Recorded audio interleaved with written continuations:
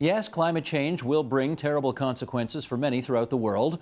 Yes, Canada has to adapt. But our next guest says it's not necessarily all negative.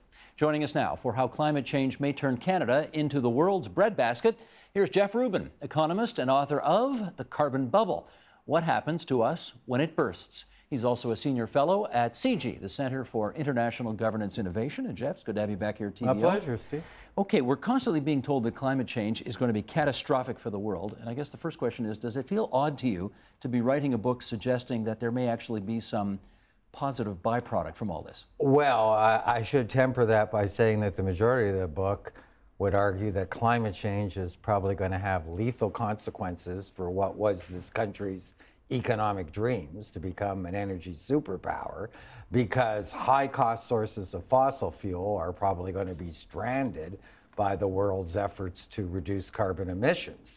At the same time, however, while it might denude the value of our hydrocarbons, I think it's going to make some of our other assets that much more valuable, like and in particular, arable land and water. I mean, Canada's always been a reasonably major agricultural producer, 8th or 9th in world agricultural exports. But when you overlay the impact of climate change, not only on Canada, but some other major agricultural producers like the US, I think we have the potential here to become an agricultural superpower, way more than an energy superpower. Play it out for us a little bit. What do you see changing that will enable us to be that superpower? I mean, what's changing is, when we talk about 2 degrees Celsius change, that's a global average.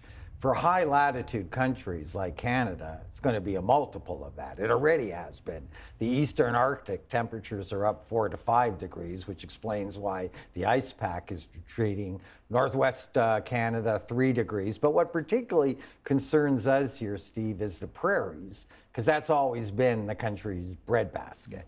They've been measuring temperature since 1895. Temperatures have risen 1.6 degrees Celsius, double the global average, with most of the warming occurring since the 1970s. And most people would expect that by 2050, average temperatures, say in the northern margins of agriculture like the Peace River, would be as much as 3 degrees Celsius more than what they averaged 50, 60 years ago. When you start looking at the implications for growing seasons, they're quite dramatic. Such as? Well, already growing seasons, and that's defined by the absence of frost-free days, is 26 days longer in the prairies than it was only 50 years ago. And you're talking about probably adding on another 2 weeks to that. That may never have registered in the Harper government's regime, but it sure registered with Monsanto and DuPont's Pioneer and all the major seed companies, because they see the Corn Belt and other swaths of agriculture moving to higher latitude countries. Besides higher yield and besides longer seasons, do you see us potentially growing things we now can't grow? Well, you're absolutely right, and that's the real key. I mean, it not only boosts yields, but it opens the door to cultivation of crops that were never viable on the prairies, not because of fertility issues, but because of the shortness of the growing season, and in particular, corn. And, companies like Monsanto and DuPont Pioneer are spending hundreds of millions of dollars developing hybrid corn, particularly suited for the Canadian prairies. And if you're wondering, well, what's the big deal about that? Well, just compare an acre of farmland in Illinois with an acre of farmland around Saskatoon, and you'll see what the big deal is about, because of course farmland is a function of cash flow, which is a function of what type of crops you're growing, and even compare southwestern Ontario, where you can grow corn and soybean, with the prairies, and there's a huge difference in farm values. In that chair a few weeks ago was a guy by the name of Barry Smith from the University of Guelph. Came on the program and he talked to us a little bit about the possibility of an agricultural boom in the prairies if climate change continues as it has. And here's what he had to say. Roll the clip, please. California is a classic case. It's got more heat. It's not good for agriculture there. They're in big trouble. Series of droughts. Because no moisture. There's no moisture. Australia the same. And the prairies is similar. The constraint on agriculture in the prairies will be moisture. And the idea of, well, we can irrigate That's a false assumption, because all of the waters are currently allocated. There's no more water available, and there'll be less actually coming down from the Rockies, because the glaciers, once they've melted away even further than they already have, will be generating less water for use in the prairies. So the big cruncher for prairie agriculture is going to be lack of moisture. Sounds like he thinks you're being too optimistic. I couldn't agree with him more. The same climate change that extends growing seasons is resulting in the melting of the ice fields in the eastern Rockies, which is the meltwater for the spring runoff. The same climate change that increases growing seasons is going to increase transevaporation and increase water deficits, particularly in places like the South Saskatchewan River Basin, which is the most irrigated part of the country. Which raises a very interesting question. How are we going to deal with that? California is a perfect example. California is the #1 agricultural producing state in the United States. Most of it is semi-arid. If you were to buy a lettuce in Toronto or New York in January, it's probably grown from the Imperial Valley that gets less than 3 centimeters of rain a year. It's part of the Sonoran Desert. But of course, if you divert millions of acre feet from the Colorado River, like they have, then you can turn the Sonoran Desert into the Imperial Valley. Now, I think climate change is really stretching that equation for California, given that, most of the snowpack from the Sierra Madre has already retreated, given that all the models are suggesting that that's the last place you're going to be growing Cabernet Sauvignon and Merlot in 50 years, let alone almonds in the middle of the desert. So let's move to Canada. Canada has anywhere from 7 to 20% of the fresh water supply of the world, depending on how you measure, how you define it. Unfortunately, 65% of it flows into the Arctic or Hudson Bay. And virtually all of the water, with a slight little exception, the Milk River runs into the Missouri Basin, but basically all the water that flows across the prairies ends up in Hudson Bay or the Arctic. So how are we going to respond to that? Exactly, yeah. Well, I suspect, Steve, that as pipelines have become the environmental issue of the day, or at least the last decade, that water diversion is going to become the environmental issue of the future. Is all that water going to just continue to go out to the Arctic and Hudson Bay, or are we going to divert water? And of course, once you talk about diverting water, I think you change some of the concerns that gentleman raised. Now, water diversion, of course, is not without its consequences. And what you do upstream obviously has consequences downstream. By the time the Colorado River finally flows into the Sea of Cortez, it has the discharge of the Don River on a good day. So I'm not saying that, but I'm just saying when you look at the kind of economic signals, the kind of market pressures that's going to be applied, it's not just the prairies now growing corn, but think of what happens when you turn the thermostat up 3-4 degrees in Iowa, Illinois, Nebraska, Kansas, the U.S. Corn Belt, what that means about the value of land where you all of a sudden can grow corn.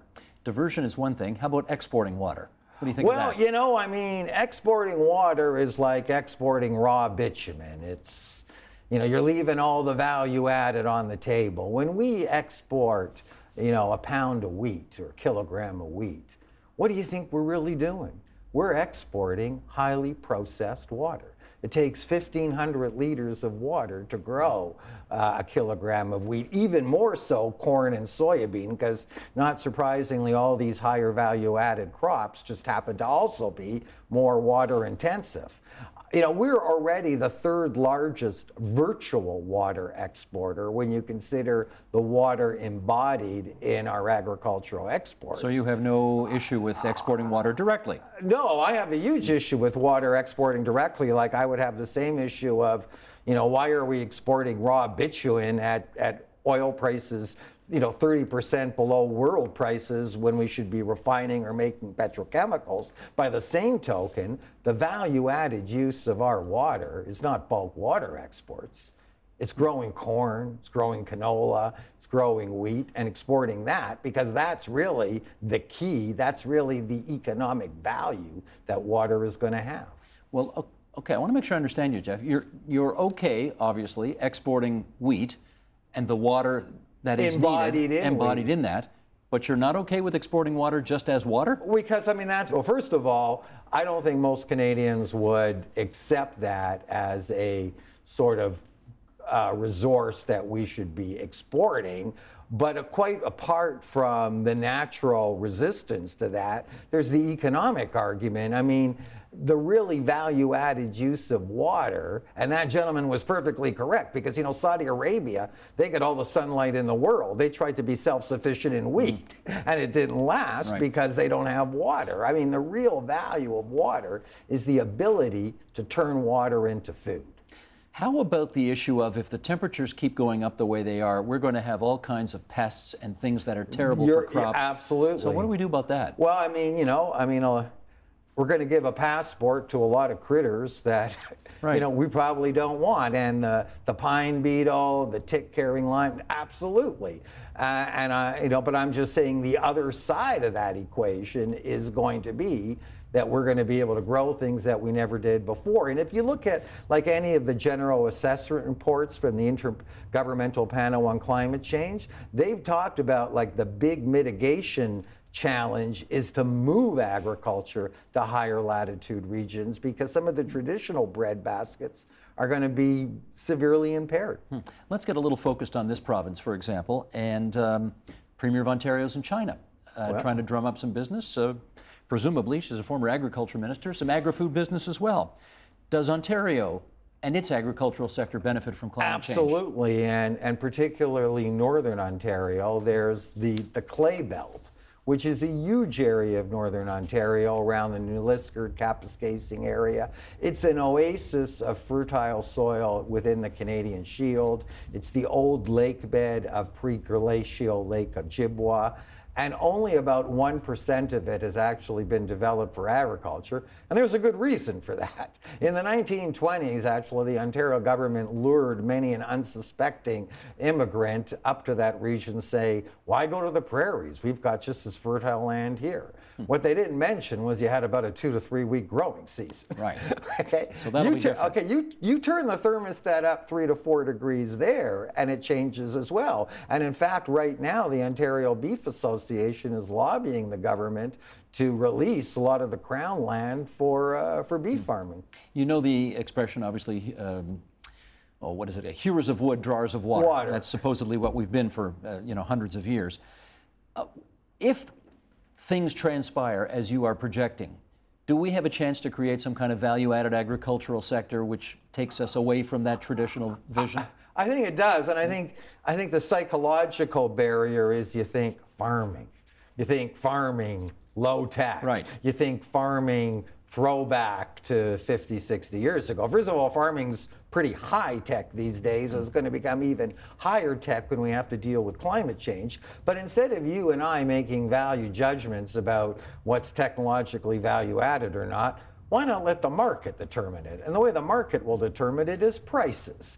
And I think that if you look at the whole resource sector, whether it's oil, copper, coal, the one area that's had some resilience and pricing power is food. And if you look at of any of the studies on the impact of global climate change on the ability of world food production, it suggests the opposite effect that it might have on coal and oil. It suggests, in fact, that food prices are probably going to continue to rise, not just because of the inexorable rise in population to 9 billion, but it's increasingly, and China would be a great example of that, 9 billion cheeseburgers to grow.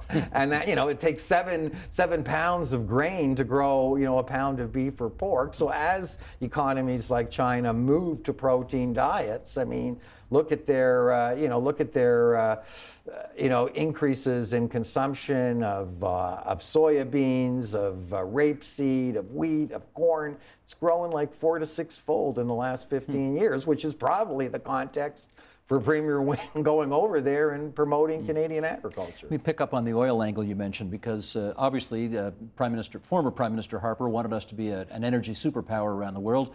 And given what's happened to the price of oil, that hasn't happened in the way that he would have wanted. Do we have a chance to be an agricultural superpower in a way that kind of never happened for energy?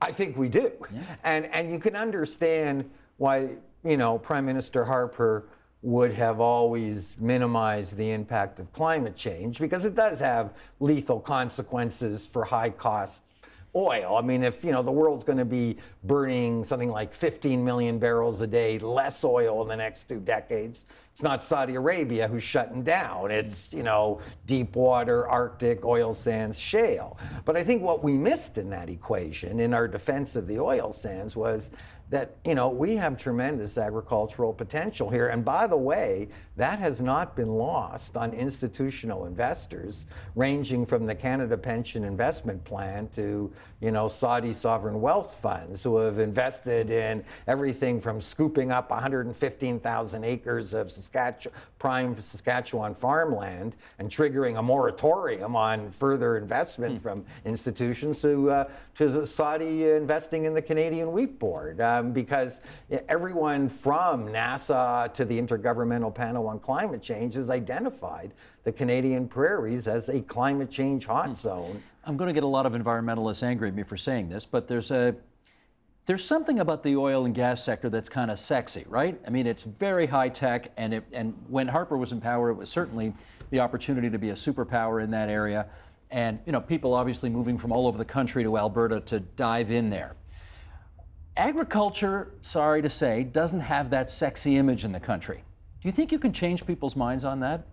Yeah, I think you can. And, I don't know, you don't think it's sexy, but if you would compare the average price of an acre of Saskatchewan farmland in the last 4 years, compare it to the share price of Canadian Natural Resources or Suncor, and I think you change your mind very quickly about what's sexy or not. It's been going up about 15, 20% a year. It's probably the best performing financial asset out there. The problem is it's not that easy for most people watching this show to invest, because most people aren't in a position to buy farmland. But what you're seeing is more and more funds are buying farmland and getting into leaseback arrangements with farmers, where farmers continue to work the land, but the fund would own the land and get the capital appreciation. Now, as you may know, Saskatchewan's just declared a moratorium on that, and that's really a demographic issue.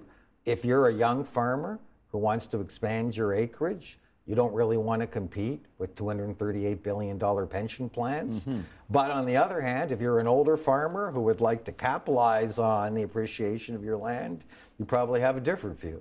Do we have to take an either-or position? Either we're going to be an energy superpower or we're going to be an agricultural superpower. Well, I don't think it's our choice. I think the market's already determined. And as last week, when President Obama finally vetoed the Keystone XL pipeline, I think we've discovered none of these pipelines have an economic context. The price of oil gotten by Canadian oil sand producers, Western Canadian Select, is trading today at under $30 US a barrel. Yikes. So, I don't think there's an economic context for any of these pipelines, but given how climate change can impact crop yields and what can be growing, I think there'll very much be an economic context for Canada becoming one of the major world breadbaskets. Let's, in our last 30 seconds, touch on this. If you see these opportunities being as significant as they are, should Canada be desperately trying to fight climate change in the way that the Liberal government, new Liberal government, tells us it intends to do? Well, with all due respect, I think that notwithstanding the best efforts of the Liberal government, I think most people would recognize that globally speaking, we're at least good for 2 degrees. And 2 degrees globally, as I pointed out, Steve, in Canada, means anywhere from 4 to 5 degrees. I think the die is already cast for that. It's not a choice that we're going to make. I think it's a choice the market's going to make for us. Jeff, I'm guessing you believe in the markets, right? I believe in the markets. No kidding. And, let prices be the guide here. But I'm just saying, compare the price of food versus the price of oil. And I'd say being a breadbasket versus energy superpower is a very value-added transition to make. The book's called The Carbon Bubble, What Happens to Us When It Bursts. Jeff Rubin, nice to see you again, Jeff. Good to talk to you again, Steve. Help TVO create a better world through the power of learning. Visit supporttvo.org and make a tax-deductible donation today.